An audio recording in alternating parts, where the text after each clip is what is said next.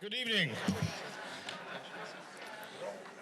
Welcome to the 2022 All Candidates Forum for the municipal election for the City of Fernie, occurring on October 15th, 2022. So, I wish to acknowledge that we are assembling this evening on the traditional territory of the to.Mayor Nation. We assemble here with gratitude to the to.Mayor. And thank you to the Fernie Chamber of Commerce for once again organizing this forum. It takes a great deal of effort and planning to put on an event of this nature. Now, if you have a cell phone, would you kindly turn off the ringer? Thank you. Okay, format of this evening's forum is that we're going to do the candidates for council initially, and then a subsequent section for the mayoralty candidates. Given the number of candidates we have for council, there's actually 14. We're going to be a bit abbreviated from previous years. Each candidate will have a 3-minute opening, and then each candidate will be asked one question.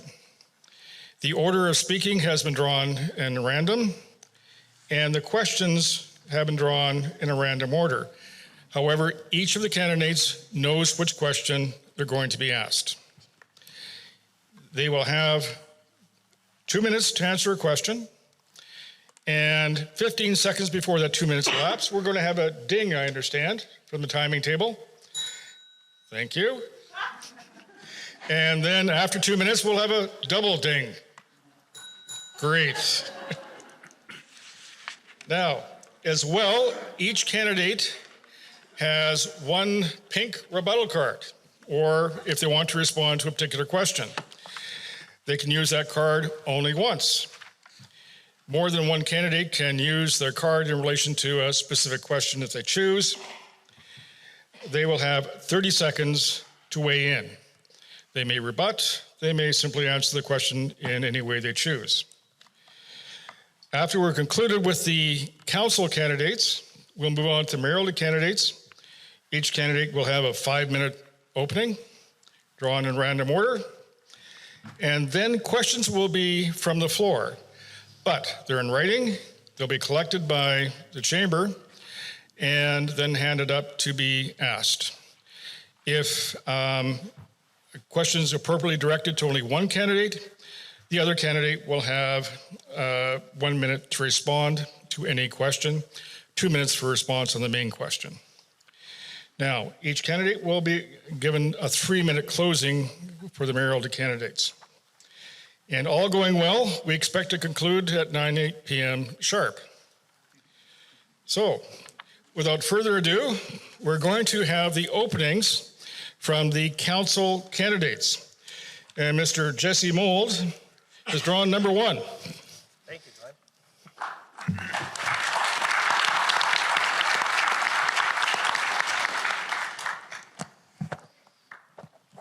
How's everyone tonight?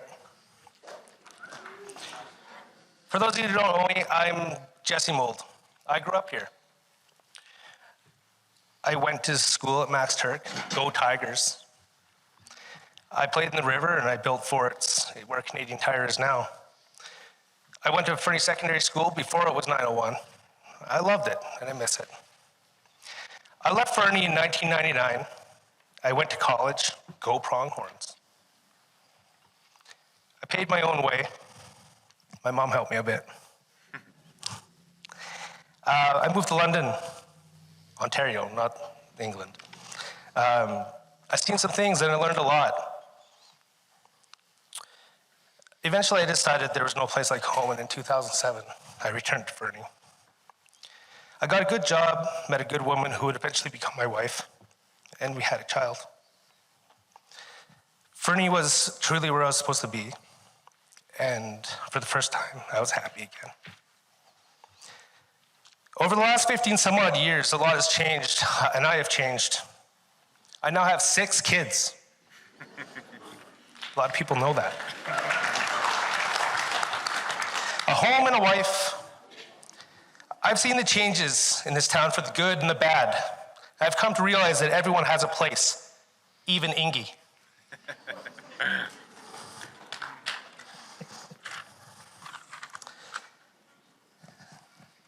Sorry. I got this.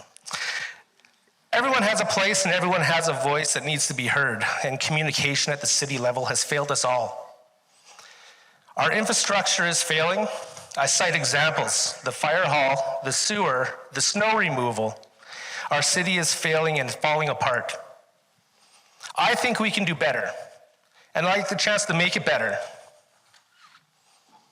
I need to make it better, so your kids and mine have a place to come home to. On October 15th, let's vote. Let's make it rain votes.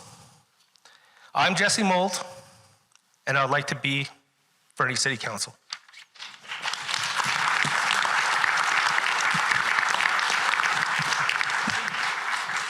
Thank you, Mr. Mould. And next, Troy Nixon. All right, thanks very much.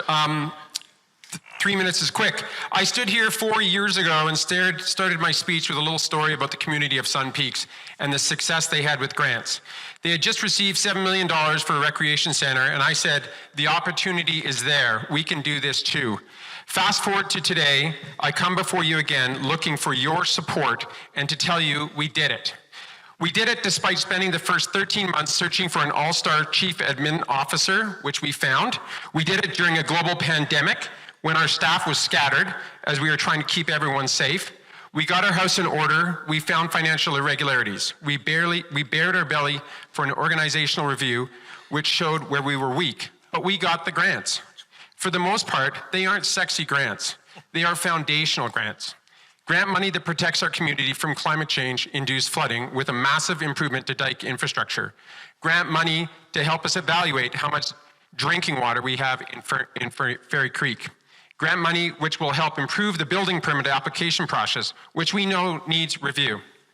The most exciting grant money we snagged was for the youth, a new $1.3 million skateboard park.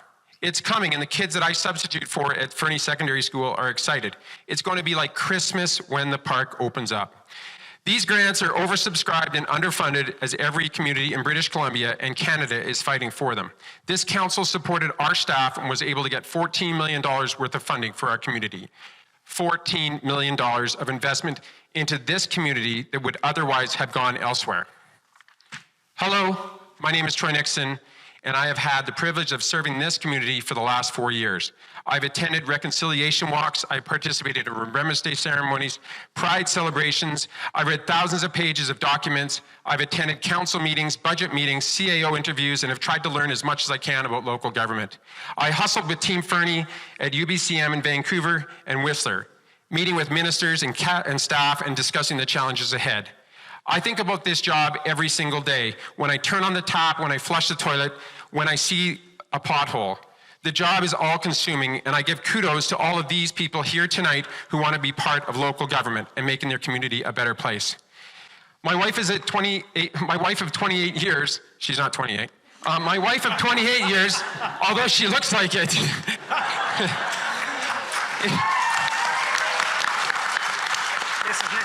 She's a gastroenterologist in town, and I have 3 boys who love biking, fly fishing, and skiing. I was born in Edmonton, moved to Calgary, but the highlight was finding Fernie. Some were lucky enough to be born here, but many of us were lucky enough to find it. Oh no!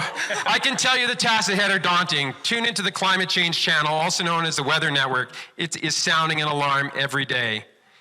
I'm not going to tell you this is going to be easy. Honestly, I'm not sure that we can fix it all in the next 4 years. But I believe at this moment, with this mayor, the incumbent councillors, and 3 new smart minds around the table, plus the staff that we have assembled, we have the right stuff to make it happen. Thank you very much, Mr. Nixon. Was that it?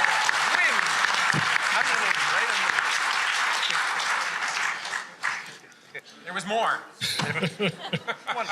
Next, Mr. Patrick Burke.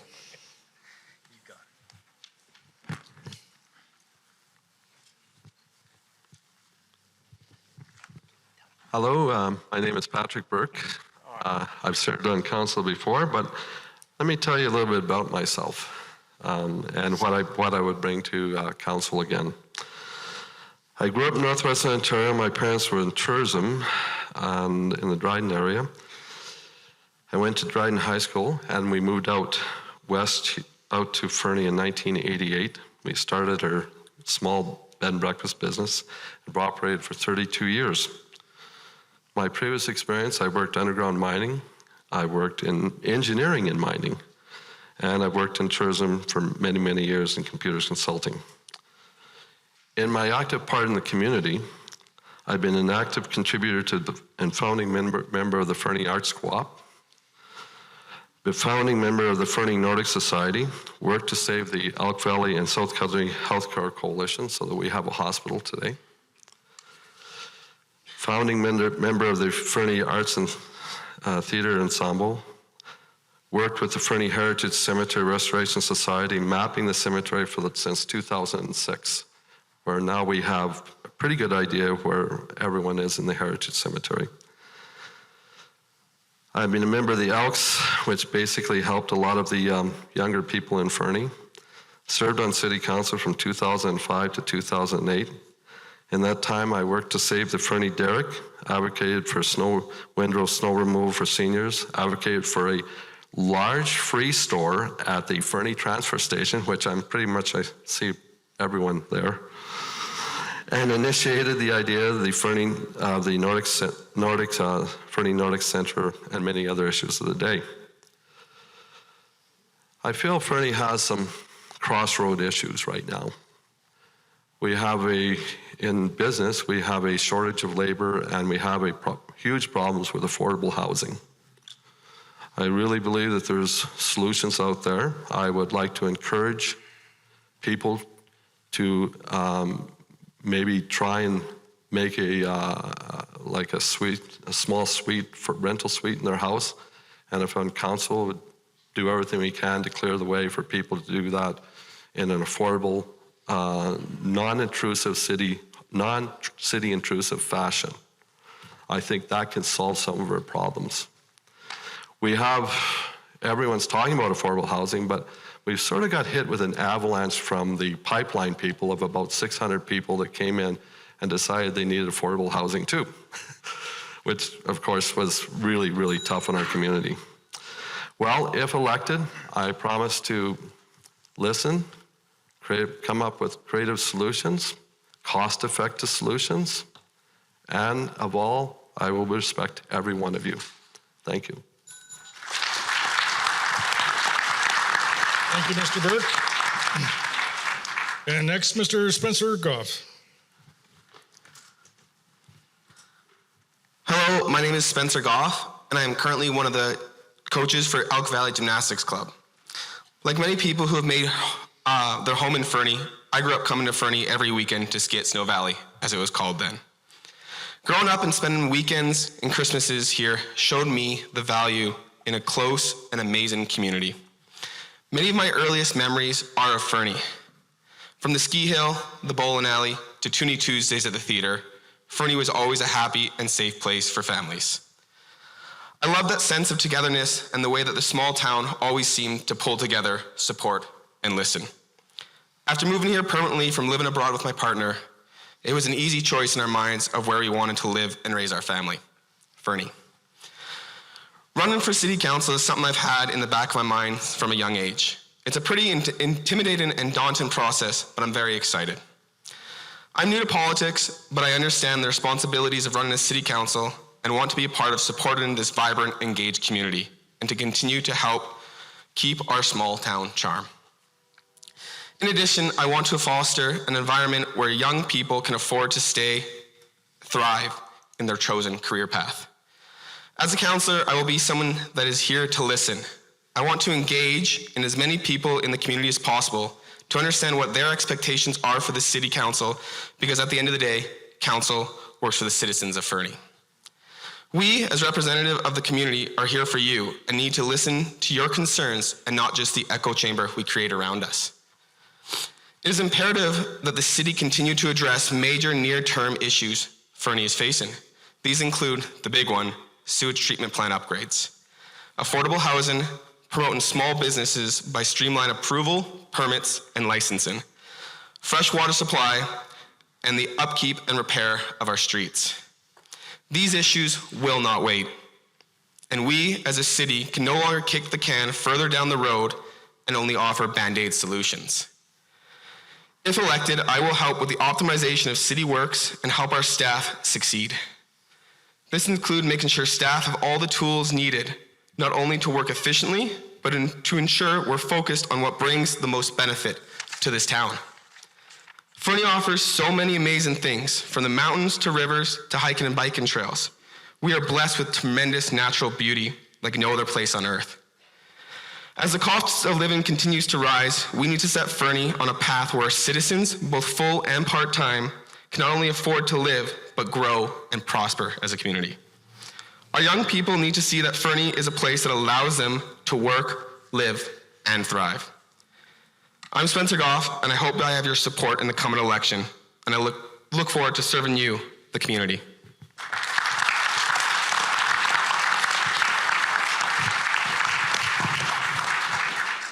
Thank you, Mr. Goff. And next, Mr. Harsh Ramadas.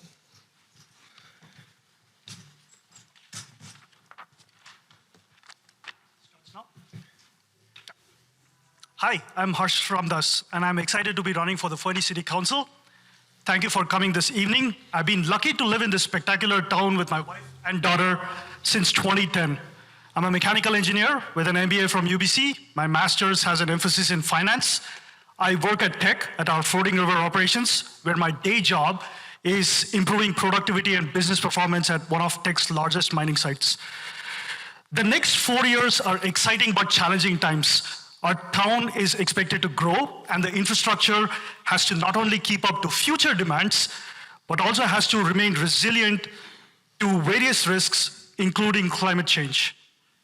While doing all this, we cannot lose sight of livability for our long-term residents and seniors, which means delivering high-quality core city services while being mindful of our tax dollars. Given the challenges and the opportunities, I believe I can bring my steady, analytical, and grounded leadership to this council. I've been out door knocking and talking to the community for the past 2 months. Based on what you have told me, I want to help do the following. Improve value for our tax dollars. That means ensuring that the city provides quality core services. Improve engagement with you. That means I'm always listening to you and I'm always accessible to you. Improve transparency from all of us, the elected officials, which means we use less jargon and more clarity in our communication with you guys. Improve livability for all long-time and newer residents and for our seniors and the most vulnerable. Last but not least, improve Fernie's business profile, which means supporting innovation and entrepreneurship. What makes Fernie truly special is that it isn't just about its outstanding outdoors, but it is also about its hardworking, community-oriented people. It is a place where young people plan to put down their roots, where long-term residents have built their lives, seen their kids and grandkids grow up and succeed. It is this deep appreciation for this thriving community and the great outdoors, and the fact that my own daughter is growing up here, that motivates me to run for this council. I'm coming out of this with utmost humility, knowing fully well that this isn't an easy job. There are no silver bullet solutions. However, I also know that incremental small improvements over a period of time can go a long way in easing our infrastructure issues. Which is why, with my 17 years of experience in leadership and business improvement roles in the private sector, I truly believe I can bring transferable skills to serve you for the next 4 years. Please look at my website at harshforferniecitycouncil.ca. Feel free to reach out to me. I'll always get back to you. Thank you for your time, and all the best to my colleagues here.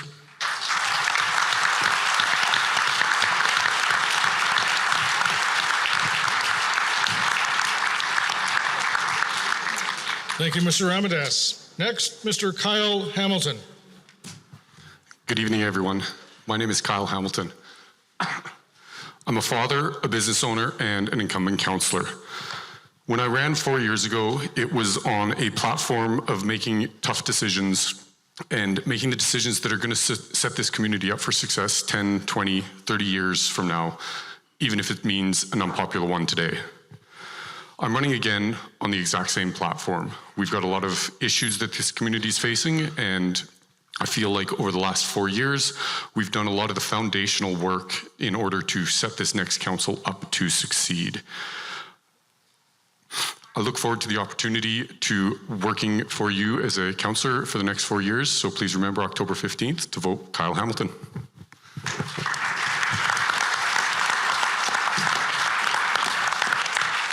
Thank you, Mr. Hamilton. And next, Mr. Kevin McIsaac.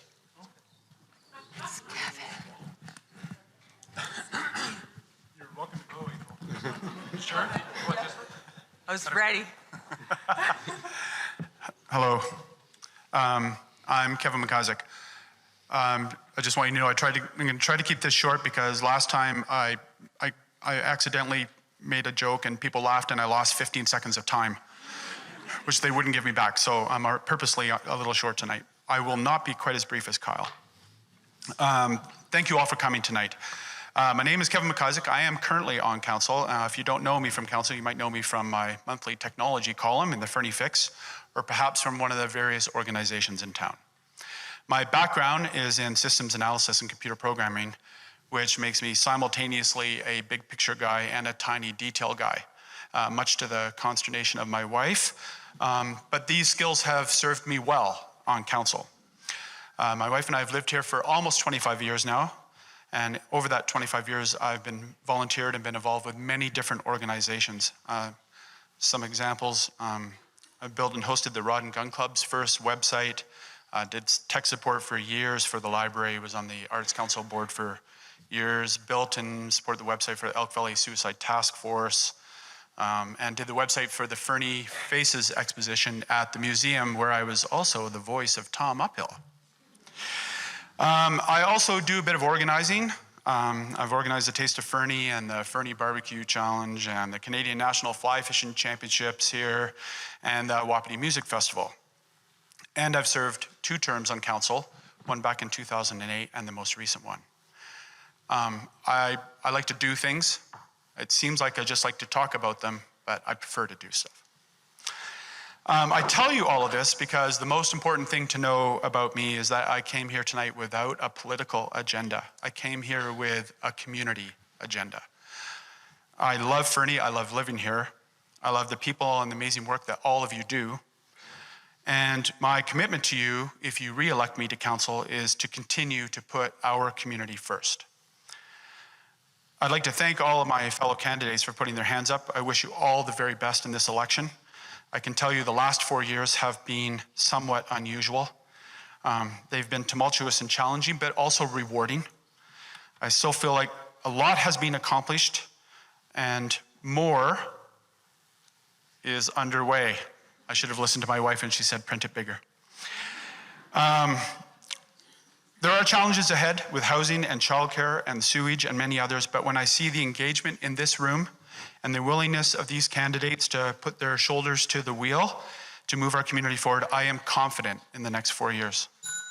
I look forward to bringing my experience to council for the next 4 years. Please vote for me, Kevin McIsaac, and I will continue to put the needs of Fernie at the forefront of decision making.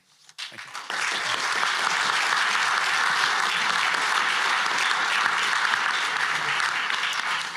And thank you, Mr. McIsaac. Next, Jonathan McGregor.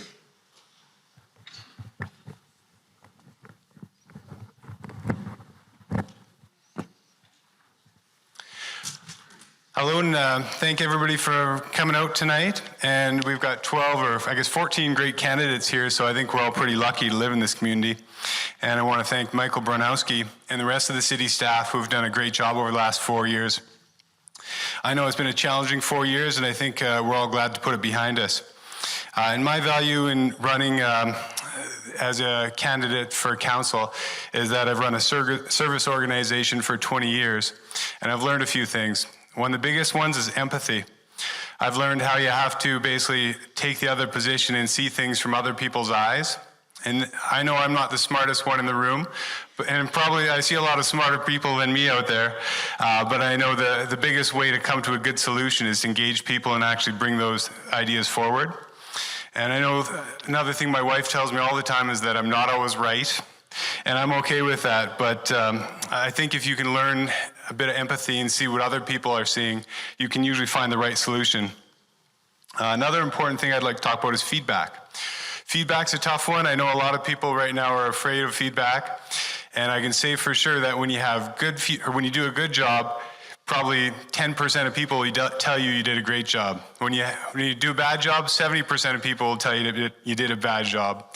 So it is difficult, but you have to remember that feedback is super important to improving your processes. If you don't take feedback and act upon it quickly snowballs. And if you ever turn feedback off, it turns straight into anger. And I think we really need to work on bringing that feedback up at a higher rate. And my value proposition to you guys is that I like to go into things like expense reports, and I like to look at the big numbers, and I've got one here, the city's report. I don't just look at the bottom number of 4.3 million on public works.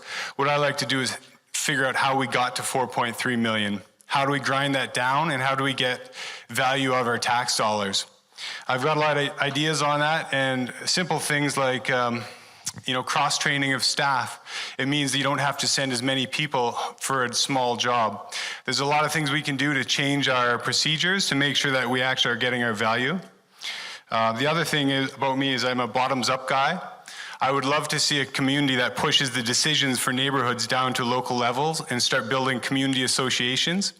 So if our community wants to have bike ramps on the street, we shouldn't have a bylaw officer telling us we can't, when I think if we had community associations with a lead on each of them, it'll be a much better way to engage the city and to communicate between each neighborhood. And I hope on October 15th, you'll remember John McGregor. And thanks everybody for coming out. We got some great candidates.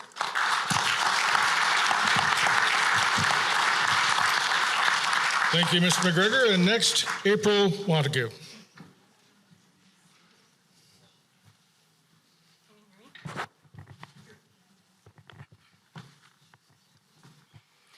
Tonight's forum is a business forum. However, I'm here to talk about people. People need homes. People need healthy meals. People need community.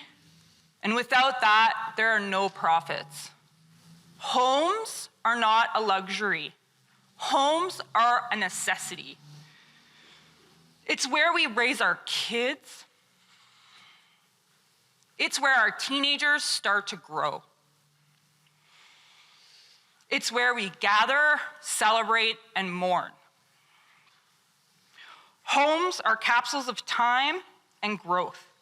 When we stand up here tonight, we should be focused on people. It should be about our futures, all of our futures. We need to come together as a team. Individuals, businesses, community groups, elected officials, to work on solutions to help everyone in Fernie. How are we going to move Fernie forward?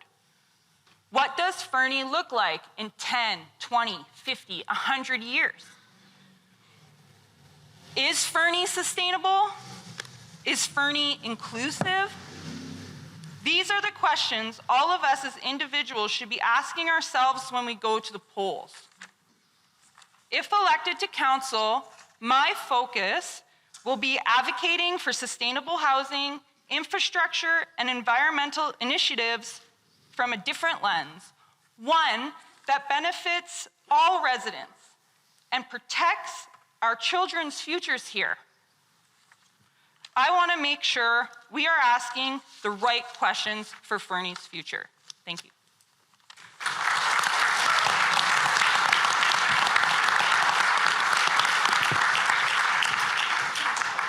Thank you, Ms. Montague. Next, Mr. Ted Shoesmith. Hi, I'm Ted Shoesmith. I was born here, grew up here. I've spent my whole life working and playing in this valley. My father came here to help build the coal mines and put in the power lines. I've worked with him on the ski hill, the mines, on our water infrastructure, and many houses and businesses. I've also been contributing my time to local charities here since I've been a child, particularly the Demolition Derby. It is evidenced by the number of candidates and the level of engagement that people are dissatisfied and concerned. Well, it is easy to be upset and to gripe. It's not productive. What I feel I need to do is to step up and engage things head on. That's why I'm here. My priorities. If I'm elected, my priorities are as follows. Sewage. Our sewage system is top priority. It's facing many issues, from an inadequate plant to small and aging pipes. Without upgrading this, nothing else can be built. There's no point allowing the developments if they have no plumbing. Engagements. As a councilman, I believe it is important that communication go both ways. We need to be open with the public and with business. We also need to have feedback. It's not enough to institute a policy. We need feedback and engagement both up front and as we implement things, such as plowing. Dealing fairly and openly with builders, developers, and businesses. We need to set the expectations up front, and then we need to hold ourselves and them to those expectations. Moving forward, it's inevitable that we face a lot of change. The town we become in the future will echo the decisions made now. I hope that you, the voter, will select pragmatic candidates, people who understand what it takes to live and work here, people who understand the tribulations experienced by our businesses and working class. As a prospective councillor, I plan on working from the bottom up and the inside out and not forcing things from the top down. I'm Ted Shoesmith. I hope I have your vote.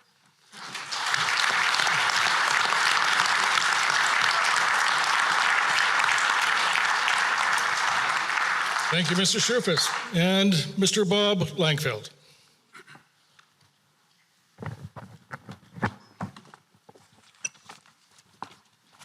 Good evening, everyone. Thank you all for turning out to the forum this evening to show your interest and involvement in the current election for council, and to all the candidates running as well, both of which indicates that there is a substantial interest in the community's current affairs. For those who do not know me, my name is Bob Langfield. I originally moved to Sparwood in 1975 and subsequently settled in Fernie in 1988. My career experience started when I completed my secondary education and started a carpentry apprenticeship working on significant commercial retail developments in the Greater Vancouver area. I progressed into construction supervision positions in my third year of apprenticeship and project management positions on large commercial, retail, and institutional projects throughout Western Canada for the next 16 years, requiring daily interaction with building officials, engineers, architects, subcontractors, and on-site labor forces. I subsequently started my general contracting company, completing civil construction contracts in pulp mills, mines, oil and gas projects throughout the Western provinces, and some residential construction in Fernie. My move to Fernie in 1988 was as a founding partner in developing Island Lake Mountain Tours cat skiing, which became a successful and enduring business in the region. At 50 years of age, I sold my business interests with the intention to semi-retire and began providing services to the city of Fernie as an acting building official as needed for approximately 7 years. And at the same time, started a new business as an independent home inspector, operating for the past 21 years throughout both the Elk and Columbia Valley regions, with over 6,000 inspections completed to date. This has been a great community to live in and raise my children, and my wife and I feel privileged to call Fernie our home. I have witnessed significant changes in our community over the past 34 years, as awareness of the area's benefits attract a steady increase in tourism and recreation-based members of our growing community, which presents challenges for sustainable growth. I have great interest in our community's affairs and had considered candidacy for council for the previous term, but my business travel throughout the East Kootenays and workload made me unable to dedicate the time required to meet the demands of representing our community.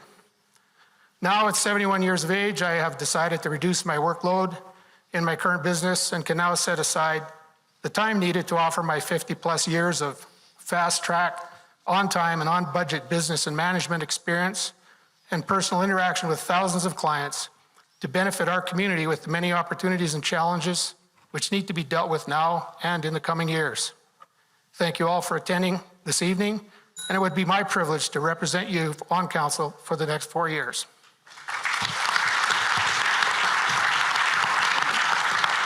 Thank you, Mr. Langfield. And Tracy Audie Kelly. Thanks, Mr. Good evening. My name is Tracy Audie Kelly. I was born and raised in Fernie, and I intend to die here. I've seen many changes in Fernie over my lifetime, from the boom days of Kaiser to the days of handing your keys back to the bank when interest rates were in the teens and West Star went under. And yet, here we are, a resilient community, a community that has lived through devastation and disasters and has risen from the ashes and the floodwaters to the place we are today. Despite the many promises made 4 years ago about communication, housing, and infrastructure, all of those problems are several degrees worse. At City Hall, process has come before people, and the community has been left out of the conversation. My friends, we are at a crossroads, and the council you elect will have a profound effect on our future. Councils are elected to be the voice of the people, to ensure that services are delivered with a high degree of quality, assets are properly managed, and tax dollars are prudently allocated. Council should ensure that quality of life is good for everyone, and that the welcome mat is on the doorstep at City Hall all the time, and not only when your vote is needed. Communication and collaboration are the keys to any successful enterprise. Let us bring open communication back to City Hall. Let us put the focus back on essential services. A properly functioning sewer system is a must-have that will ensure we can look at future housing and development opportunities that will benefit Fernie and our residents. Let's have roads you can drive on without dodging potholes, efficient, well-executed snow removal, and an ample and reliable water supply. Our aging infrastructure must be attended to, and making the necessary repairs, replacements, and/or upgrades, albeit not an easy undertaking, will ultimately increase our own sustainability and prosperity, and will also contribute to the health of the planet. I want to live the rest of my life in the town that I love so dearly, and to ensure it remains resilient, dynamic, inclusive, and diverse. An authentic place where history is honored and the future is bright with promise. On October the 15th, I ask you to mark your ballots with care, and I hope one of the names you choose is mine. I am Tracy Audie Kelly. Thank you so much for being here tonight.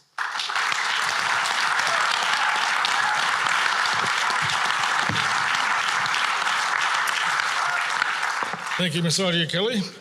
And last, Susanna Simpson. How can I follow that up?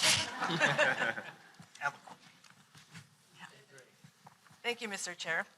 Good evening, fellow candidates, and good evening, fellow Fernie residents. For those of you who don't know me, my name is Susanna Simpson, and I came to Fernie in 1980 as a political refugee from Eastern Europe. Many Fernie local residents welcomed us with open arms and offered their support. That is why Fernie will always have a special place in my heart, and that is why I'm running for council. My professional background is mainly in small private business. My late husband and I owned and operated a sporting goods store right here in Fernie for over 20 years. What I bring to the table are responsible financial planning skills as well as common sense bottom-up management approach. I have spoken with many Fernie residents in the last few weeks, and the number one concern seems to be, you guessed it, lack of affordable housing. Fernie needs more entry-level and multifamily housing, which leads to concern number 2, and that is our wastewater framework. We cannot build indiscriminately without further taxing our inadequate sewer system. Problems ignored do not go away. They just get bigger. We should ignore this problem at our own peril. So how can we address these issues quickly and effectively? Can we streamline the zoning and permitting processes? Are the DCC fees allocated to Infrastructure Development Fund, or do they go to general revenues?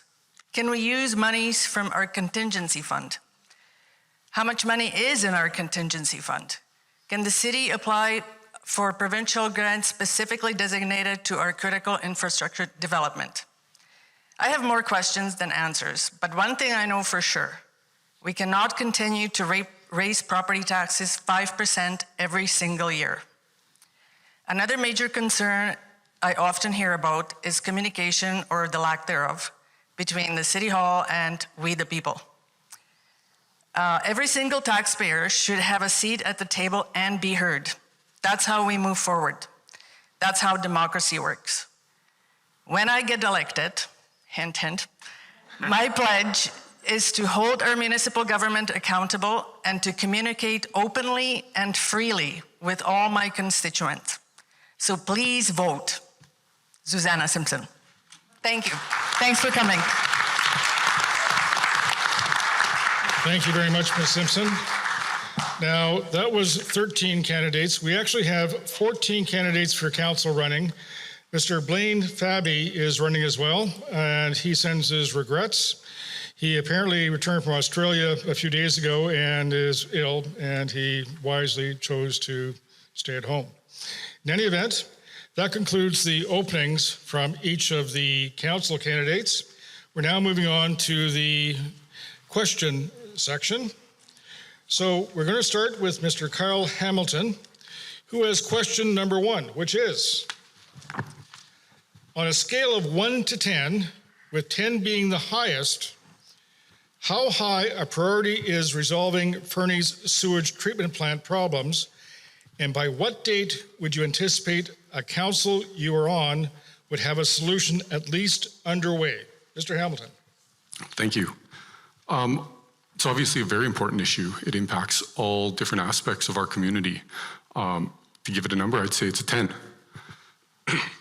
The timeline for actioning this problem, it's already started. Staff brought this to council's attention almost a year ago. They've been working with various ministries, environment, infrastructure, to assess and rewrite and update our liquid waste water management plan. Last month, myself, Mayor Kwalitsa, Councillor Nixon, and Councillor McIsaac met with the Ministers of Health, Environment, Infrastructure, and Municipalities to discuss this very issue. A solution for the problem is going to require significant collaboration as well as consultations. We need to ensure that we are investing in our infrastructure realignments, ensuring that policies get put in place so future developments cover the cost of additional infrastructures, and continue moving this needle forward. Thank you, Mr. Hamilton. Does any of the other candidates wish to weigh in using their 1 response card? No? Okay. Next, Mr. Kevin McIsaac. Your question is, responsible residential development is a hot topic in Fernie. What does that mean to you, and what will you do about it? So, responsible residential development. What does that mean to you, and what do you intend on doing about it? Thank you very much for the question. This might come as a surprise, but I like this question. The word responsible doesn't get used often enough when we start talking about residential development. Fernie does not have enough diversity of housing. There, I said it. We all know it. Right now, more than 2/3 of the dwellings in Fernie are a single family dwelling on a lot. This represents the least amount of living space for the most dollars. I think we need to focus our attention on multifamily dwellings, duplexes, townhouses, condos, secondary suites for long-term rentals. Our current bylaw to support affordable housing creates a disincentive to building multifamily. I've raised this in council before and will continue to argue to change it. We need incentives for building multifamily and incentives for creating suites. Just offering incentives may not be sufficient. We need to consider creative options like expanding the kinds of dwellings allowed on residential lots. A good example of this was changing the zoning to support manufactured homes, but more can be done. This is such an important topic, and I could talk about this all night long. Seriously, I could talk about this all night long, but I only have 1 minute. So please, if you have more questions about this, please come up and see me after the forum. I'd love to talk about this more. Thank you. Thank you, Mr. McIsaac. Any responses or responding comments? No? Okay. Next, Mr. Bob Langfield, and your question is, Fernie's water system underwent significant upgrades with the help of the federal and provincial governments. At the time, and this I understand was in 2010, Fernie made a commitment to introduce water metering to reduce consumption and give us the ability to make better decisions regarding water use. Will you take the step of introducing water metering to modernize Fernie's water system? Council has the duty to keep an open mind in all matters in consideration of the welfare and interests of the city and its community, and to make responsible collective decisions regarding the development and evaluation of policies and programs respecting the city's primary services and other activities. In my opinion, water metering is a common condition in many communities. Per the city's original commitment, we need metering implemented to provide a user pay system which provides an equitable system for all users and to facilitate better decisions for current use, as well as planning for future needs for our growing community. Further consultation with the community is imperative to determine the most effective and economic method for implementation with the impact on current residents as a primary consideration. Okay, thank you, Mr. McGregor. And I see a pink card, Mr. Spencer Goff. Hi, I'd have to respectfully disagree, just because there'd be a significant cost installing the water meters. For example, 2017 North Vancouver was $400 to $1,000 per meter, plus a monthly cost of $50. In Grand Forks, they spent $1.3 million in 2015 to install the meters there. And this water meter installation can be completed with no impact to the existing municipal budget or to the taxpayers. I do not think that it's feasible at the present.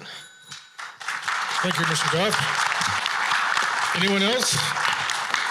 Oh, okay. Now, Mr. Jonathan McGregor, your question is,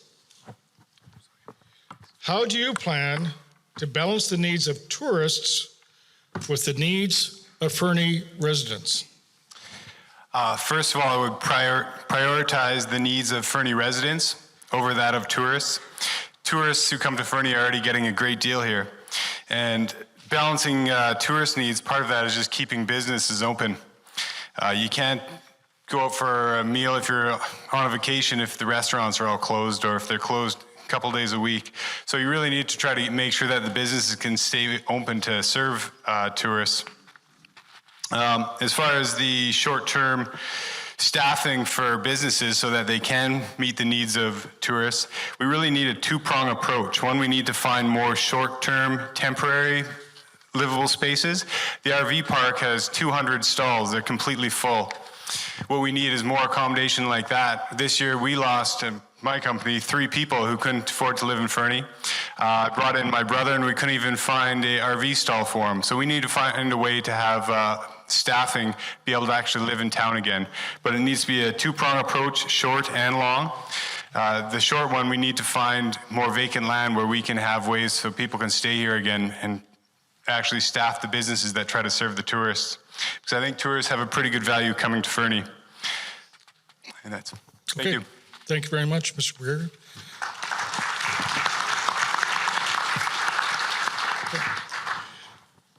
Next is, Ted Shoesmith, and your question is, what is your vision of general cycling for transport and recreation in our community? What do you propose to do so that bikes and cars can share our roads safely? I believe we actually already have an absolutely wonderful thing going in this respect. The town acts as a hub for all the trails. There's almost nowhere you can't get in Fernie in 5 minutes on your bicycle as it stands. In addition to that, we are partnered with the Fernie Valley Pathway Project, and we've received funds from the BC Active Transportation Network, and that's to connect Fernie and the Alpine Resort. I think that is already going to be a massive boon to cycling. Aside from that, there's a lot of good work already being done by a lot of people who are heavily invested into that, and I don't really see any way to add to that. There's the old saying, the perfect's the enemy of the good. Thank you. Okay. Thank you, Mr. Shoesmith. Jesse Mould, your question is, single-family home development at $800,000 plus seems to be most of the development happening in Fernie. What will you do to ensure more affordable multifamily development takes priority in the future? Thank you, Glenn. I feel like this is an old problem that kind of keeps sneaking up in Fernie. Fernie, I feel, kind of has stymied development for decades. The way forward might be to engage the builders and the developers fairly and honorably, so they have an accurate and upfront understanding of what the municipality expects from them before they start building.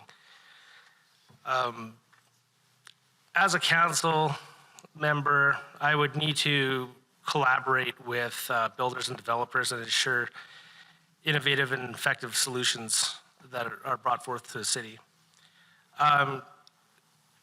Somebody brought a term to me, NIMBYism. I've never heard it before. It stands for not in my backyard. Well, it might be time to put it in your backyard. We need multifamily housing. We need low-income housing. And I think that's about all I got to say about that. Thank you, Mr. Mould.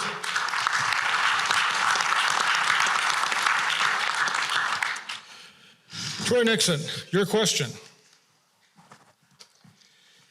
What are your thoughts on childcare in Fernie? Do you feel that childcare options should be addressed at the municipal level? If so, what strategies, innovations, and ideas do you have to help alleviate the shortage in childcare? Thank you, Mr. Purdy. Maybe I'll just finish my other speech that I had done before, but I don't think I will. I know that what a terrible spot a lot of people are in about childcare in this community. Should the municipality run a daycare? No, we can't run a daycare. We're complex enough. We're road, sewer, water, parks, pools, all that kind of stuff, right? So we can't run it alone. We need partners. And the partners are in BC Housing, right? And we also need partners in that when we went to the Union of British Columbia Municipalities in September, we met with the Education and Childcare Minister and we discussed our new protective services building that might be going on 2nd Avenue in the future. And we're hoping that we're gonna get partners for that. So that is my answer for the childcare in Fernie, not alone. Thank you. Thank you, Mr. Nixon.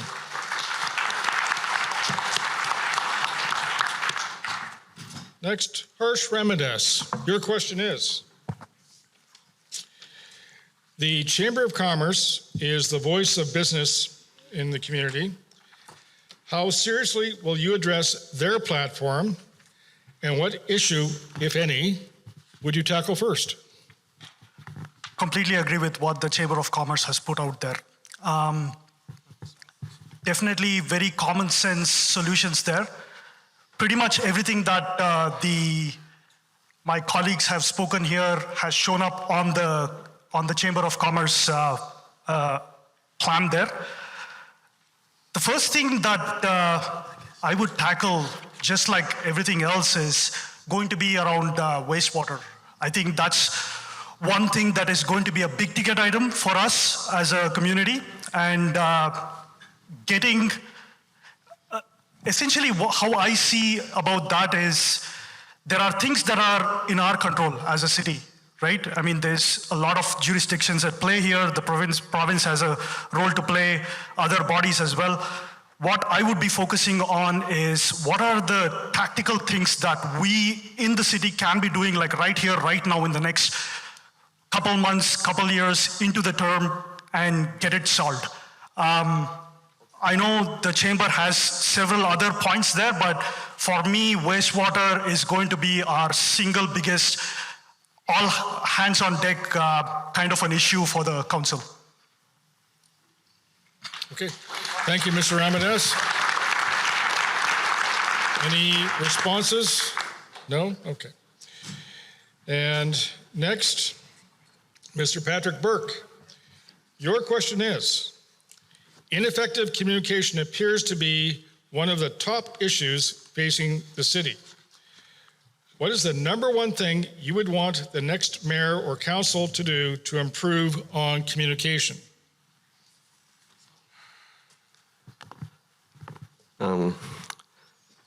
Well, the number one thing is I like communicating with the public. I feel the 15-minute public input is one of the most important communication that the city councilors can have with the community. I'd also like to see a second 15-minute public input for any of the business or developers to voice their concerns too. You have to keep in contact with what your community is feeling, what your community is doing. And if you lose that, basically you're sailing a rudderless ship because you don't know where the community wants to go, and they're definitely not going to be happy with where you're going. So you have to communicate with people. Regardless of what their idea is, some are good, some are not good, but just listen. Thank you. Thank you, Mr. Burke. And Ms. Audia Kelly, you have a response. I actually agree with Patrick that communication is really important. I would like to see us have council meetings in a more accessible location so that people with of all ages and mobilities can attend them. I'd like to see us have town hall meetings at least a couple of times a year.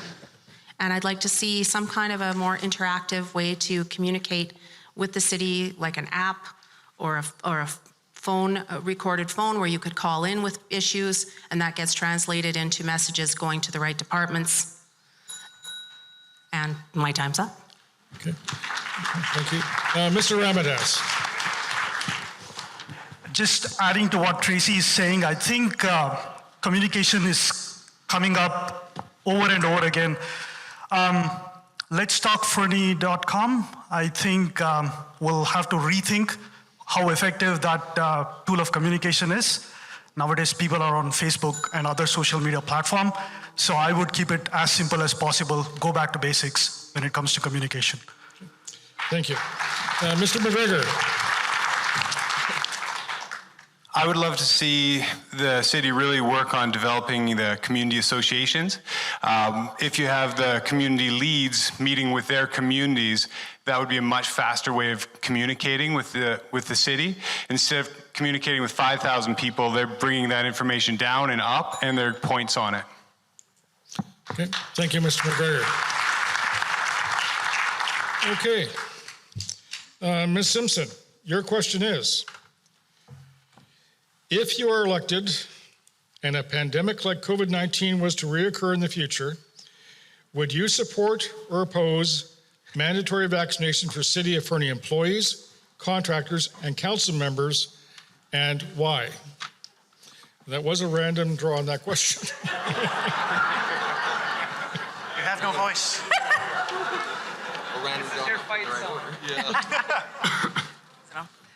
I would not.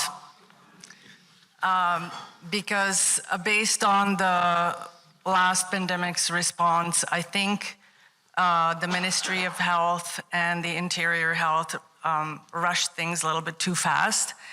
And I'm a strong believer in personal choice and bodily autonomy. So I would not support it. Okay, thank you.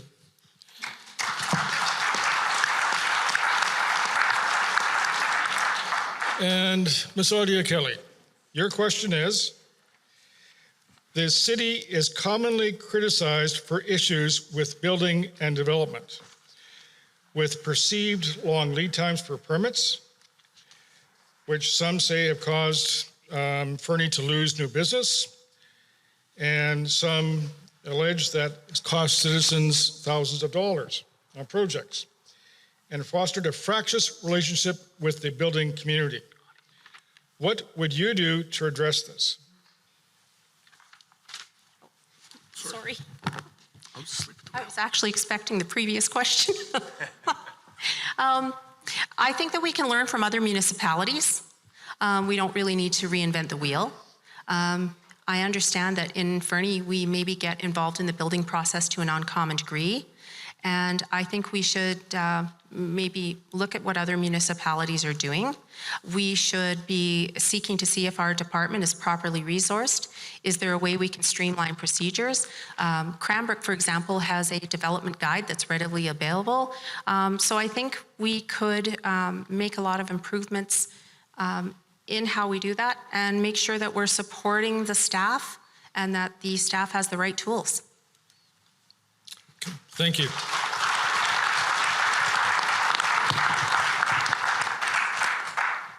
Okay. Mr. Spencer Goff, your question is, public transportation in the valley is currently very poorly managed, according to some. If elected, what do you see as a solution and what actions would you take? The transit system in the Elk Valley has been trending up since 2009, peaking at 10K in 2018. Since then, our population has increased. The transit system of the Elk Valley is run by BC Transit. In 2019, a survey process was conducted and the public was invited to give feedback on the following: increased service between Elkford and Cranbrook, Elkford to Cranbrook commuter service, weekend service, and increased service between Fernie, Sparwood, and the surrounding area. Expanded local service within Fernie. The survey concluded in June of 2019. Using the input, the future service plan was developed in 2020, working with staff in the RDK. The plan expansion recommends expansion based on the priorities defined, including increased service to Elkford to Cranbrook, commuter service, increased service between Fernie and Sparwood, increase the weekend service, and increase Fernie service improvements, including busing to Mountain View. The plan recommendations are being integrated in a 3-year transit improvement process. As a local government, we can continue to lobby for the services to the best meet our needs in Fernie and the neighboring communities to ensure that the improvements are implemented as we hit our 3-year plan. Okay, thank you very much, Mr. Brock. And the last question for Ms. Montague is, and it may be a good question to end with, given that we've had only 4 candidates use their response card, so fairly open. If you received a $2 million grant to use for the city any way you wanted, what would you do with it and why? So first, to be clear, grants don't just fall out of the sky like this. But to play along with this scenario, I would work with our other councillors and Fernie residents to have a conversation about what our priorities for the grant should be. My highest priority would be to increase affordability in Fernie. So something that supports that in partnership with other levels of government in order to maximize the leverage that the grant can generate. Because just to put things in perspective, $2 million isn't a lot of money when we're talking about infrastructure or housing. In Selkirk, Manitoba, they spent $30 million on their wastewater treatment plant. In Tofino, where they're just breaking ground on their water treatment plant, they are spending over $70 million.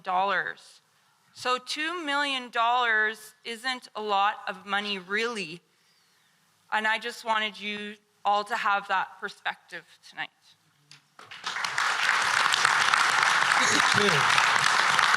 Mr. Patrick Burke, a response.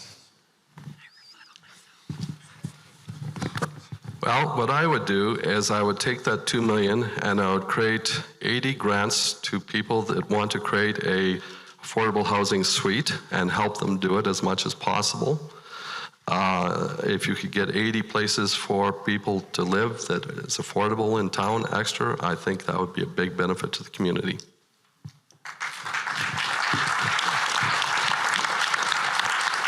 Does anyone else wish to weigh in? Last opportunity. Okay.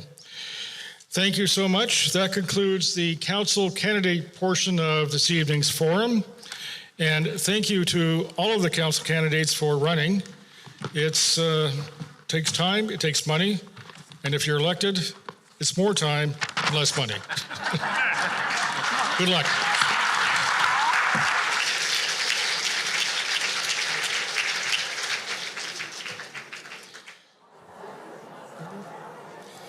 Okay, we're going to start again. Now, we'll start with the two candidates for mayor, Ange Kolitsa and Nick Milligan. Now, the format will be a 5-minute opening from each, and by random draw, Ange Kolitsa will go first, and then Nick Milligan. And then at the end, each will have a 3-minute closing with Nick Milligan opening and Ange Kolitsa ending. Okay?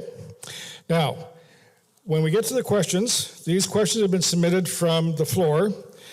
There'll be a total of 10 questions. On 6 of the questions, each of the candidates will be able to respond for 2 minutes and 1-minute rebuttal if they choose. And then on 4 of the questions, they're going to be directed to one of the candidates, and the other candidate will have the opportunity, if they wish, for one response. And each respond is, 2 responding cards to be utilized. Okay? So with that, Ange Kolitsa, 5 minutes. Okay, thank you very much, and thank you everyone for giving us your evening. It's such an important opportunity, and congratulations to all the council candidates. I thought you guys did a great job. My name is Ange Kolitsa, and I've worked for you already for 8 years, 4 years as a city councilor and 4 years as your mayor. Despite the challenges that are coming at us, I'm optimistic. We're raising our family here. This is my hometown. I've got kids that are in high school, grade 11. My husband just started a small business. We're invested in this community. We know what's coming down the roads is more and more crisis, more and more housing, weather-related events. But again, I'm optimistic. The last 4 years, we built a really solid team at City Hall. And despite the challenges of COVID-19, we did some great work together. COVID-19, by the way, impacted our business exactly the same as your business. We shut the doors for 2.5 years to try to keep our essential workers safe. I get that it felt awful for you. It felt awful for us. It was confusing. It was scary. We, at some points, were operating at 70% capacity with so many staff home, supporting council, working from home, and trying to Zoom our meetings. Last term, we tried to focus on affordability. That's why we chased things like a skateboard grant. $1.3 million to replace an end-of-life piece of infrastructure. Skateboarding has low barrier to entry. You just need a skateboard and a helmet and some enthusiasm, and bam, you're welcomed into the community. Active transportation is another thing that we chased. We'd get an active transportation master plan so we could support families who needed one car, or maybe they're just choosing to have one car or no cars. How do they move around our community safely? I got a phone call as I was a newly elected mayor from a woman in West Fernie, and she said, Ange, get over here because I can't bike my kids into school. It's not safe, it's scary. I organized a meeting with the Ministry of Transportation and that mom, and we walked from the bridge to Dairy Queen, and it was terrifying. And guess what? Because of the relationships that I've built over 8 years, the Ministry of Transportation was a partner. We got a barricade put in within months, and later that year, we got it paved. That wasn't a grant application that didn't come off the backs of the City of Fernie. That was the Ministry of Transportation being a good partner. It's really important to us, this council, to find those efficiencies and affordable issues that are easy to get. Every single budget that we have, we sit as a council on your behalf and we say, how can we make these dollars go further? How did we do? What did we do wrong? What could we do better? This council was faced with some unusual challenges that we didn't ask for. We found financial irregularities in our practices. We did a financial audit, and it ripped us apart. It said, you've got terrible financial practices. Your directors don't know their budget. Council doesn't know their budget. We had to fix it. We took the time. We ripped up the systems apart. We've got a new team in place, and it's better. Every single council meeting, we've got a staff that is bringing us financial reviews, utility fees, bylaws that are 30 years old. Every time we leave those on the books, it costs you money. We did an organizational review. Why did we do that? Because it hasn't been done for so long. We had an HR audit that was scathing several years ago. We had directors working in job descriptions that didn't make any sense. They were handcuffed. Bright people weren't being able to do their job and realize their output. The development application process is broken. We know that. This council agreed to it. We chased a grant, $170,000. We got the money. We hired a consultant. We're doing that. We're going to fix it with the building community at the table. We need building permits to move faster, more transparent. We need our communication tools to improve for building. And we need to start using it to attract in a different type of housing, attainable, affordable. To be competitive with grants like we have been in these last 2 years, you have to have a couple things in order. You have to have gold star financial practices. We finally have that. You have to have a gold star asset management plan. The asset management plan had been completely abandoned. That was before you all in our staff report just recently. We've got it back on track. We need to show the province that we're competitive, we know how to manage their partnership with funding, and that Fernie's ready. The problems that are facing us, $67 million worth of infrastructure deficit. We can't do it alone. We need to leverage your tax money and keep doing what we're doing. There's a saying, if everything's a priority, nothing's a priority. The councils that are applying for the job today, they identified some of the problems. That's just a few of them. There's a lot of problems that we're facing, and we need to do it with the province. That's why relationships are important. I'm elected by 188 communities in this province to represent them at the Vice President at UBCM, Union of British Columbia Municipalities. Why is that important? Because I'm at the table as one of the presidents, a group of 4 that is influencing policy and legislation tools. Minister Eby, who's running to be the premier of this province, just introduced his housing platform. Guess what? 4 of our asks for local government are in his platform. That's how much it matters to have that voice. Making it affordable for local governments means a lot of things. Locally, solutions, partnerships with the province, and being competitive with grants. So relationships matter, and I hope that you'll use my experience to vote me back in on October 15th. Thank you.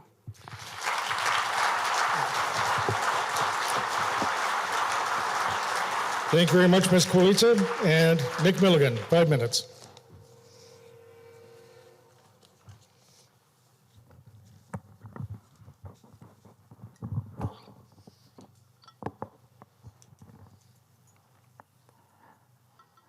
Thank you, everybody.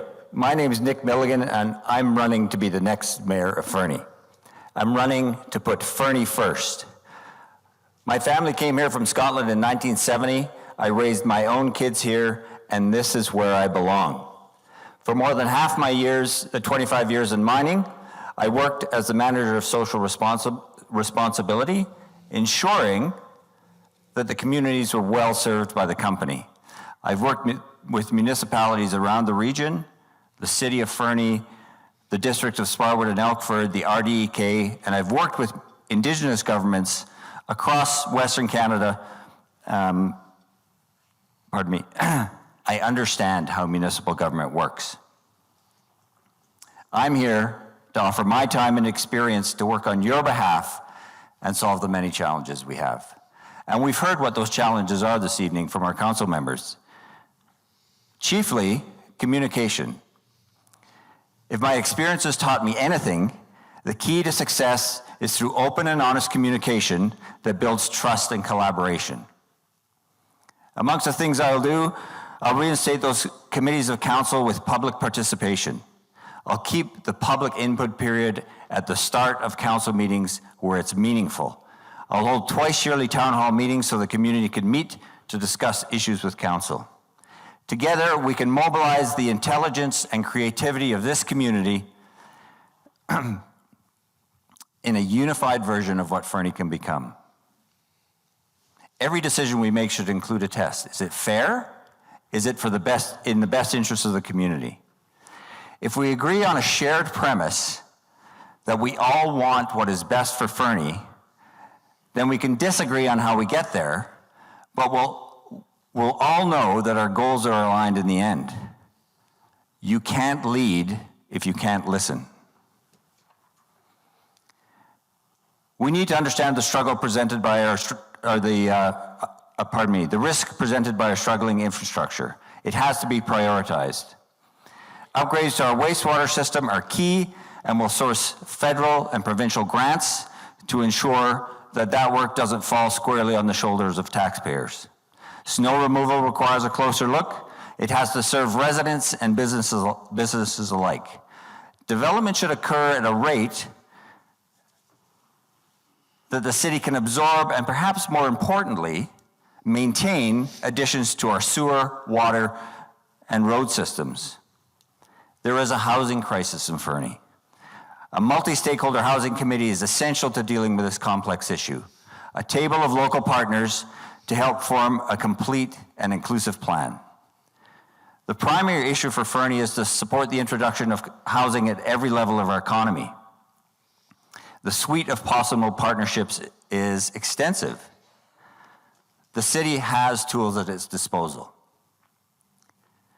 Encouraging infill housing, multifamily developments, developments that consider service workers, childcare workers, staff for new and existing businesses, young families, and let's ensure that our seniors can age in place. In all this, we must consider climate resilience, how we build our homes, how we build climate resilient infrastructure, how we identify and attract economic opportunities, how we manage water usage, how we work more closely with neighboring communities on issues like transportation, flood protection, and wildfire risk. Looking at you all, I see a welcome cross-section of the community with distinct but overlapping needs. However, in talking to community members and community groups, they all want the same thing from their local government: openness, transparency, stability, and predictability. Fernie will grow and move forward, so we need to carefully plan that growth. We need to have vision and the courage to make difficult decisions. We need vigorous debate, and we need to put personal agendas aside. We have to govern for every citizen. We need to keep our eye on the prize, the quality of life here in Fernie, without sacrificing any of our values. I don't have all the answers, but together, nothing is beyond us as a community. Thank you all for coming. Thank you to all the candidates for putting themselves forward. And when you vote, vote Milligan for mayor. Thank you.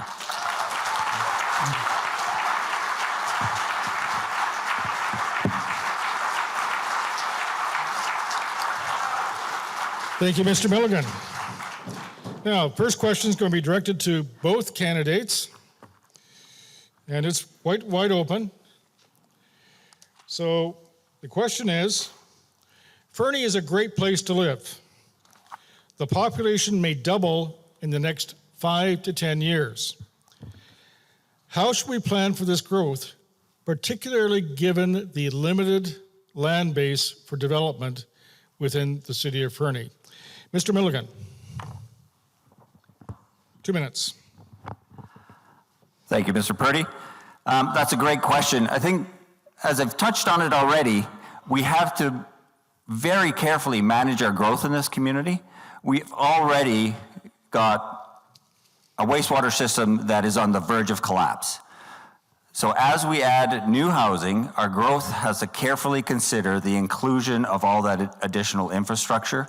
Once the infrastructure is in the ground and we inherit it, it is a social asset, but at the same time, it's a liability. The city has to pay for its maintenance and its upkeep. So working together as a community, we're on the verge of revising our official community plan. That process will start in 2023. We need to work together to create a vision of what that community looks like in the future, so we don't compromise the quality of life and this landscape that our community is famous for. Thank you. Thank you, Mr. Milligan. And Squilita. Okay, thanks very much. Yeah, the OCP in 2014 had 600 people engaging it, and you guys gave us a roadmap for the future. Just in case you don't know, that is the document that's supposed to guide council decisions. So that needs to be done as soon as the next council takes office. We need to engage you on what makes Fernie livable, how we're going to manage that growth, what's the pattern going to be, what's the transportation system is going to be. That will give council their marching orders and guide that next 4 years with your input. And let's do better than 600 people. Let's get as many people out as possible on that. It's so, so important. The UBCM advocacy that I do on your behalf at the province as one of the presidents is we've asked for DCCs to be expanded to including different growth mechanisms, so transportation, emergency services, instead of the traditional roads, water, sewer. Right now we're advocating all over the province on behalf of every community that DCCs and waiving them for affordable housing is just passing the cost of growth off onto future generations. It's not sustainable. No one can do it anymore. So the province needs to step in and give us tools, financial tools to help our community manage that pressure of growth. And what we need to do also is just make sure that we're using the tools that EB brings forward. Minister Eby, the soon-to-be new premier, I'm sure, is going to be creating a bunch of new zoning plans and techniques. He's going to probably start waiving public hearings just to avoid NIMBYism. So what's coming from the province in the next 12 months is going to be a suite of tools. They're going to accelerate building. So when we get to that point, we have to have that OCP ready so it lands in a place that you want, so we can build a sustainable Fernie that looks a lot different than it does now. Thank you, Ange Kaluza.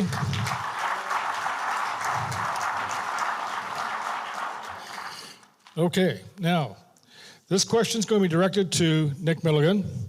He will have 2 minutes to respond, and then Ange Kaluza will have 1 minute to respond to that if she wishes. Here's the question. If you could give a letter grade to council's actions, so council as a whole, and activities for the past 4 years, what would it be and why? Well, I'm standing up here and not down there, so that should tell folks something. Honestly, it's not up to me, only as a citizen. It's up to us as a community to pass judgment on the performance of the council over the last 4 years. This council will get its letter grade on October 15th, and let's get out and vote. Ange Kaluza. Just on behalf of my team, I just want to add some comments down there. I'm going to give us a C. You want to know why? For the first year that we were in office, we were recruiting for a CAO twice. We got that man in the office, and 3 weeks later, we hit into a global pandemic. We locked the doors at City Hall for 2 years. It was hard, hard, hard. We had staff resigning. We were trying to onboard new employees where they were working from home. It was hard. We didn't do the things we told you we were going to do. But we still managed to pull in an unprecedented amount of grants and make investments in this community. I absolutely get that, but we can't forget the impact of the pandemic on our organization, and I'm proud of the work we did. I'm proud of the work we're gonna do, and I just want us to be mindful of that. It impacted our business unit in the exact same way it impacted your households, your kids' education, and your businesses. Thank you, Ange. Okay, next question directed to both candidates. What do you believe the role of municipal government is in affordable and attainable housing development? Ange Kaluza. Me? Yes, Sorry. to both of you, starting with you. Okay. Thank you. I just didn't know who was going first. So local governments have a pretty well-defined role with housing. We're partners. We're creative partners. We have land. This council moved our lands disposition policy, so we finally have the framework where we can partner with land.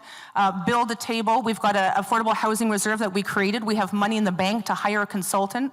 So start helping us drive a Fernie-specific housing authority. Build a table, as Mr. Milligan just said. Get creative partners. Get our large employers in the room so we can start building attainable, affordable housing and supportive housing. That's the role of local government. It is not the role of local government to build the housing. We can't afford to do it on your behalf. But we can accelerate with building permits and applications. We can incentivize density, which is why the development application process that council has already approved and the work is going underway is going to be critical to set the next group up to succeed and to get those people exactly where they're going. Thank you. Mr. Milligan. So even in the run-up to this election, I've been talking to landowners, builders, even the developer of a homestay platform for incoming workers as a stopgap measure for available housing to house people, give them a safe landing place, and then they can find a place in Fernie. If I'm elected, when I'm elected, we can make these conversations official. The city is a partner. There's tools available to the city. We can move these issues forward proactively. One of the key priorities in this community, it's a crisis. We have to deal with it now.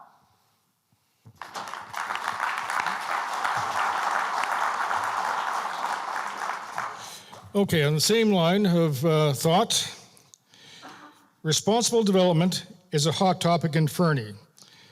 What does that mean to you, and what, if anything, will you do about it? This question is for both candidates. Mr. Milligan. I wouldn't have sat down, Glenn. As I've said before, responsible development has to consider every level of housing in this community, from housing for the most vulnerable through family housing, housing that is geared for incoming workforce for new and existing businesses. But it also needs to consider the quality of life enjoyed by residents so that, the word responsible, I think Councillor McIsaac touched on it earlier. The word responsible is key in this conversation. It cannot impact the quality of life of people already living in this community. But together we have to accept that we've got to move development forward carefully and responsibly to ensure that we not only don't impact our quality of life, but we don't impact the landscape in which we live, and we don't overwhelm our existing infrastructure system. Thank you. Thank you, Mr. Milligan. Ange Kolita. So this council tried to set us up to succeed. We took the tools available. The province has been trying to meet us as partners in local government. We're one of the first governments to do a complete rental zoning. We just amended our commercial services corridor, so 37 new units of dwelling can go into the commercial corridor. That's creative opportunities. Right now, no one's mentioned this yet, but there's 1,400 potential multifamily units already zoned. What that means, folks, is they don't need permission. If they're within the building scheme, they can just go build it. We have an abundance of already zoned multifamily and rental on the books, 193 for rental exclusion that we just did. Getting builders to market, getting that product to market, that's going to be the hard part, and that's going to require creative solutions. What is responsible? I'll tell you what, Minister Eby is saying you can now have 3 units on your home, carriage homes, all of that stuff. Those things are happening. And we need to be along for the ride, which is why updating our OCP is going to be critical. I don't even know if that's going to be the legal tool that we have if we want to stop what Minister Eby is doing. The next 6 months coming out of this province are going to be fast, they're going to be aggressive, and they're going to be designed to incentivize housing. And I really hope that we're at the table with all the tools that we have with the community engagement in place.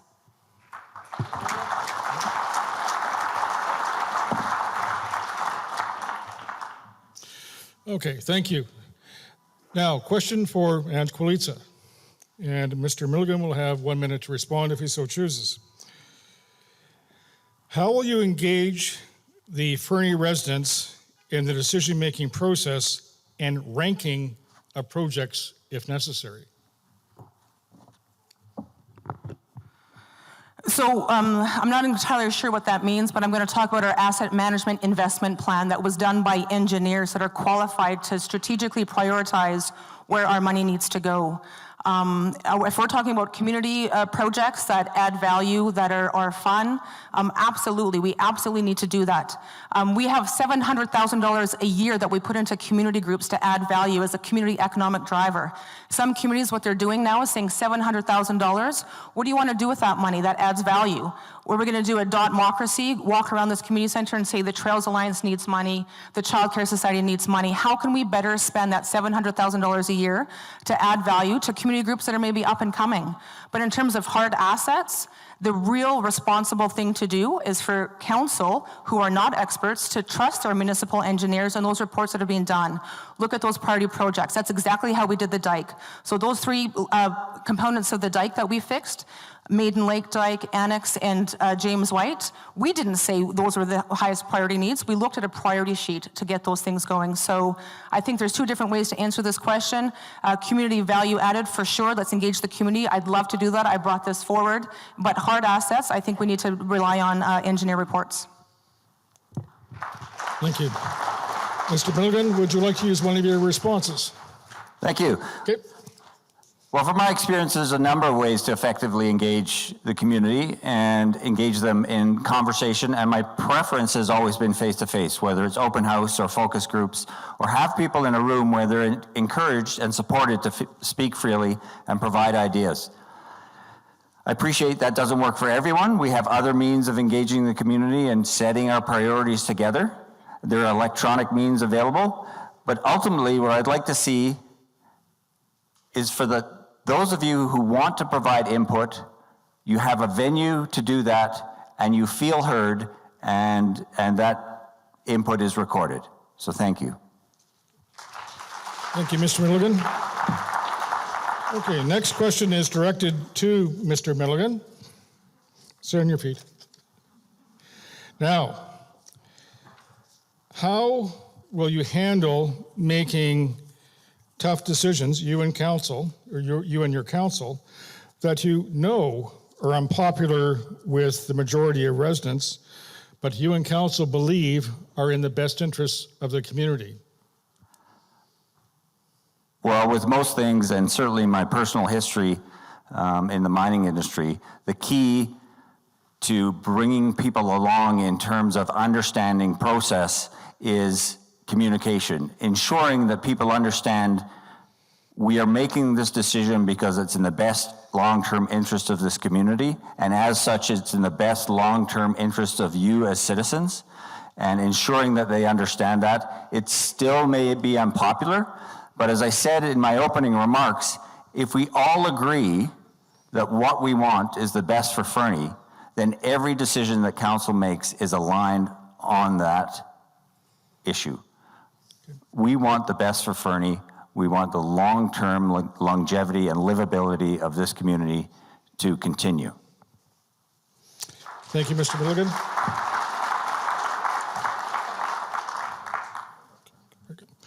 Okay. Now, this is directed to both. During the campaign period, what has been the dominant issue that you're hearing from voters, and what is your plan to address that dominant issue, in your opinion? Mr. Milligan. Well, this one's pretty easy for me. Thank you, Glenn. The primary issue that I've heard from the community is they want open and engaged community government. They feel cut off from council and council decisions. They don't feel like their voices are being heard.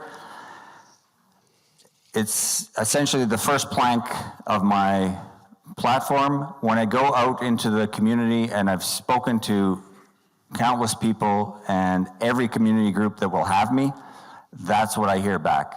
They don't feel like they have council's ear. They feel like they're not being heard, and the first step I'm going to take, if elected, is open the doors of City Hall to welcome people in and make sure they understand the process and that we're there to listen.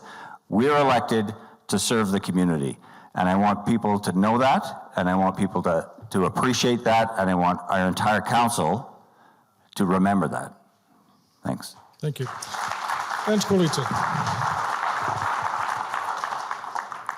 Yeah, thank you so much. Housing, that's what I'm getting every time I door knock in every community group that I meet. Housing is the #1 priority. It's going to impact our future. It's impacting our today. It's impacting our economy. How we can partner with groups to bring housing to fruition. making sure that those tools that we built these last 4 years get accelerated into the community and open up the door. We need funding partners. We have a really healthy relationship right now with the province. We presented them some really fantastic ideas about housing with some of the unique pieces of land that we have in Fernie. And they want to be partners already. Sparwood right now having some really great success building an affordable housing project. From 0 to 3, they're already breaking ground. And so we've already got a local experience right now that is really bringing housing online. I just met with Elk Valley Housing Society. Supportive housing is a need. We need housing for vulnerable people that are fleeing violent situations. That has got to be talked about as much as workforce housing. You know, as I said, we've already got 1,400 units of high-density units zoned. So zoning isn't the problem. I know people keep telling you that. It's not the problem. There's no constraint. That could start getting built out tomorrow, 193 units of rental. We need to start talking about the other types of housing and filling those gaps so that people can live here, feel safe, and live their best life. Thank you. And next, this question is directed to Ange Quilica. And Mr. Milligan, you'll have 1 minute to respond if you choose. The city spent over $6 million on new construction, being the new Public Works building, over the last 4 years. City Hall and the new building are not handicapped accessible. What is your plan, if any, to make City Hall and the Public Works building more accessible? Thanks very much for the question. Yeah, that Public Works building, the bottom floor is intentionally built accessible, not the top floor. And City Hall is not accessible by any stretch of the means. We've heard it here today twice. Council Chambers has to move from that building immediately. It's not even inviting for us anymore with the horseshoe gone. It doesn't work. It's not serving the community. City Hall is an old building. We're trying to create some measures for upstairs safety, and to bring that building up to building code is going to cost a lot of money. We've figured out how to try to create a creative solution with a ramp off the side, which means we're going to have to change the engineering department. I don't know if we'll ever get accessibility upstairs in that historic building, but we are absolutely committed to getting it on the main floor. The province of BC has a goal of being the most accessible province by 2035, I think. There's funding partners for these historic buildings. We've had those conversations. COVID for 2.5 years. We moved a 0% budget. That means we did not do any extra projects. We wanted to make sure that we were managing the cost of our building and our investment on you guys. I know it's not the answer you want to hear. I know it sounds like a broken record, but that's the truth. And so absolutely, accessibility in City Hall is still a priority. Thank you. Mr. Milligan, your last response. Thank you, Glenn. What strikes me that a building on the scope and scale of the Public Works that is not fully accessible is a real miss. I think we need to build into our processes to ensure that all public construction, all public buildings are fully accessible in this community. It's 2022. We cannot miss things like that. That's a primary issue for people in this community. Thank you. Okay. Next question directed to both candidates. What are your thoughts on the proposed new fire hall or public services building located on 2nd Avenue across from 901? Ange Quilica. My thoughts on the new fire hall are the same things, my thoughts on the Public Works building. When we got into City Hall and found that the Public Works building had been condemned by lack of investment and maintenance, why didn't they build one 15 years ago? Same thing for the fire hall. So now here we are with a fire hall that is at the end of its life. Our fire hall right now is at the old Public Works building. 2nd Avenue property was purpose-built for actually having a fire hall. We went through engineering, we got plans done. They identified 5 different spots in town where a fire hall could be based on turn radius and response call. We know that 2nd Avenue makes people feel uncomfortable. The fire hall currently was a block off 2nd Avenue. Now it's going to be a block in a different direction. We don't have plans just to build a fire hall. We want to bring light commercial services in there so there can be retail shops available. We want to try to put supportive housing on top of it. We want to build a world-class protective service unit. But we're not just building a protective service unit. We are absolutely going to try to incentivize 2nd Avenue to come down with us for the ride. Thank you. Mr. Milligan. Well, I have to be perfectly honest and blunt, I think that that's a terrible location for a fire hall, quite frankly. I think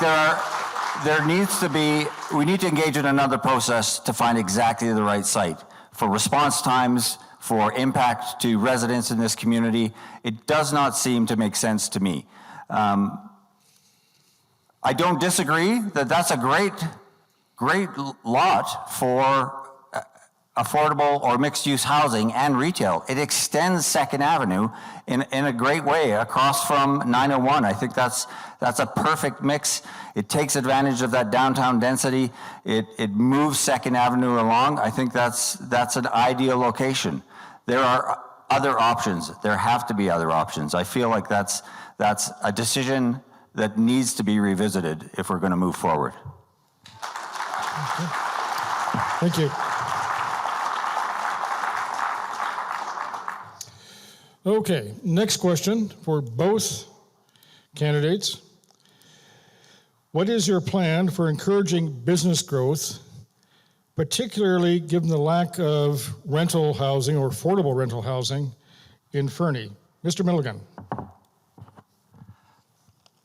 Well, I think the question sort of almost answers itself in that the housing crisis needs to be addressed to affect business growth. I really appreciated the Chamber's plan that they've put forward, the platform that the Chamber put forward, and I think, as in so many circumstances, there are experts in this community that can provide us a perspective, and we can work with them to ensure, for example, we're working together on business growth, but ultimately, the housing crisis is key. It's why I've been talking to builders, to landowners, to homestay providers. We need to get people here to work so that we can advance our business culture, not just that, to improve the quality of life for everyone in this community. Thanks.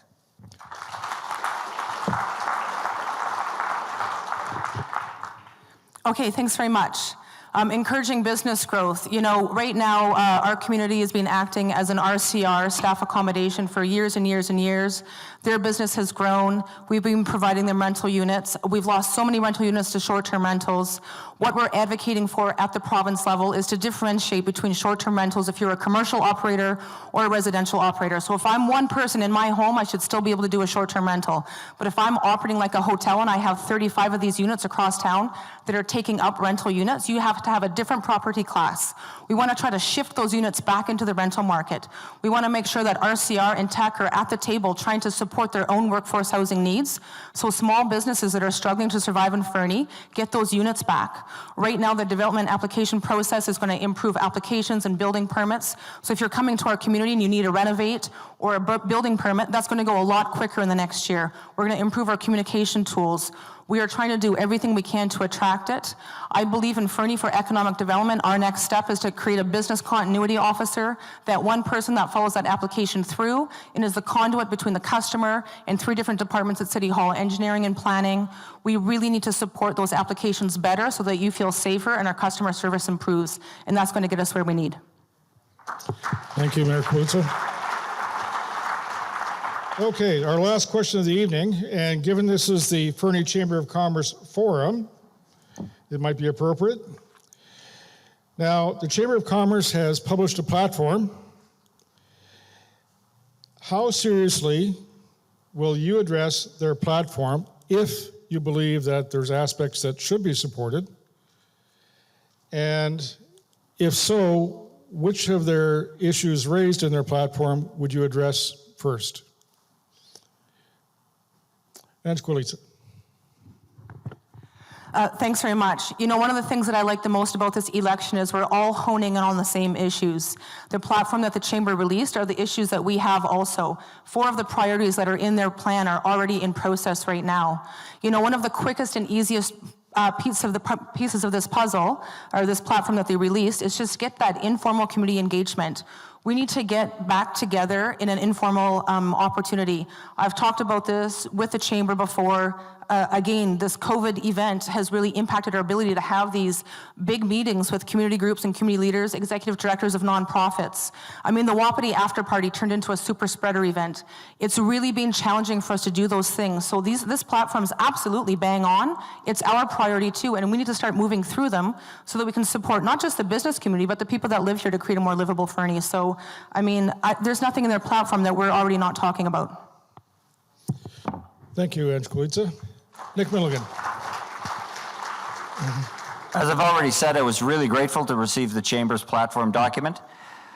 Their top priority is my top priority. In fact, I started to wonder if they didn't steal some of the language off my website about open and engaged community government. I think it's appropriate that organizations like the Chamber hold council accountable.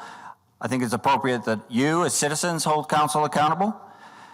We might not pursue every aspect of their platform as a priority, but I certainly intend to keep in touch with the Chamber and hold regular meetings so they understand where we're going and so that the community understands where we're going and what our priorities actually are. But open and engaged community government starts on day one. Thank you. Thank you, Mr. Milligan. Now we're going to move to the closing remarks for each candidate. And Mr. Milligan, you're up once again. 3 minutes.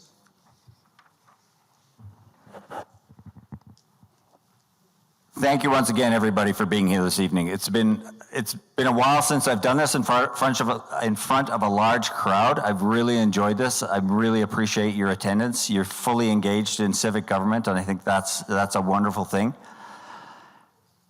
Fernie deserves engaged local government. Everyone treated respectfully, allowing citizens to treat their council respectfully in turn. Together, we can tackle our big problems: housing, infrastructure. We won't always agree, but as I said at the outset, if we're working for the greater good of the community, we know our goals are aligned. Let's move Fernie forward together with real inclusion and real engagement.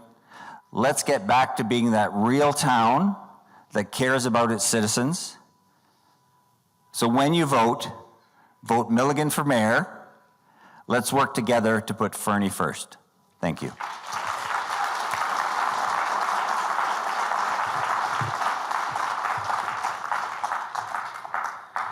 Okay, thank you guys, and again, thank you for giving us your evening. I know it's been a long night, and I'm just so thankful to see everyone here and that there's actually people running in an election, because that's not always the case in BC this time. You know, I think the only thing that has changed for me in 4 years since I stood here before you last time was that I'm the mayor now. And the day after you become the mayor, you have to start saying no to people and making hard decisions. Public Works, Fire Hall, we moved some really tricky decisions and everyone wasn't a winner.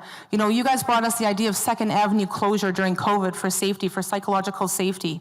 We tried to go through engagement. We engaged the business community. We engaged the community. We felt the vulnerability from the business community coming up really at us. And we said, no, this isn't the time to experiment with that. And guess what? On the other side of that decision, people were very disappointed. That's what it's like every single day in our job. And we're trying to make the best decisions possible. We moved an encroachment policy, so we found a lot of people in the community had taken and fenced in backyards. And our bylaw officers have brought this forward at their request. They brought this up to council saying, we need this to move. And as we moved through that process, there was friction, and I can feel the friction. There's people that really resented us doing that process. But to make Fernie sustainable, we had someone damage municipal infrastructure. When you're faced with a $67 million deficit, you just have a hard time sometimes saying yes, you say no. The next 4 years, the challenges that are coming at us are really going to be big. And sometimes we have to say no to things so we can say yes to housing. We sometimes have to say no to some little project because we don't have the budget or staff capacity, so we can say yes to childcare. You guys, we try to operate an in and out budget, which means we don't staff up extra resources. So when you come to us with your big idea, we have to say, where is this going to fit in the 4-year strategic plan? And is it a priority? And if that is a priority, what comes off? Because that's actually how it works. And it's really important. The Regional District of East Kootenay does this. They won awards for this. They're saying, okay, you're a competing brand new idea. It's a good idea. The board supports it. What's coming off the list? What's no longer important? Because we can't do it all. If everything's a priority, nothing's a priority. And the next 4 years are going to be really, really challenging. And I hope that I can use my experience and enthusiasm to support you. You guys elected a really outgoing council. I want to really respect the 7 people that I spent 4 years with. Every single one of them is loud and proud. They want to be engaged. They wanted to engage you, and they were prevented from that idea. This idea that any one person in the next council or the previous council, or I'm looking at the previous mayor, Mary Giuliano, we all love our communities. This is not a competition about who loves their community more. This is a hard job to do. There's a lot of competing needs, and we love our community just as much as the next council and the previous council. So thank you. Thank you. Okay. That concludes this evening's forum. So thank you very much for all coming out. I don't think I've ever seen a turnout this large at an election forum in the past in Fernie. But all of the candidates deserve a round of applause for taking the time to be here tonight.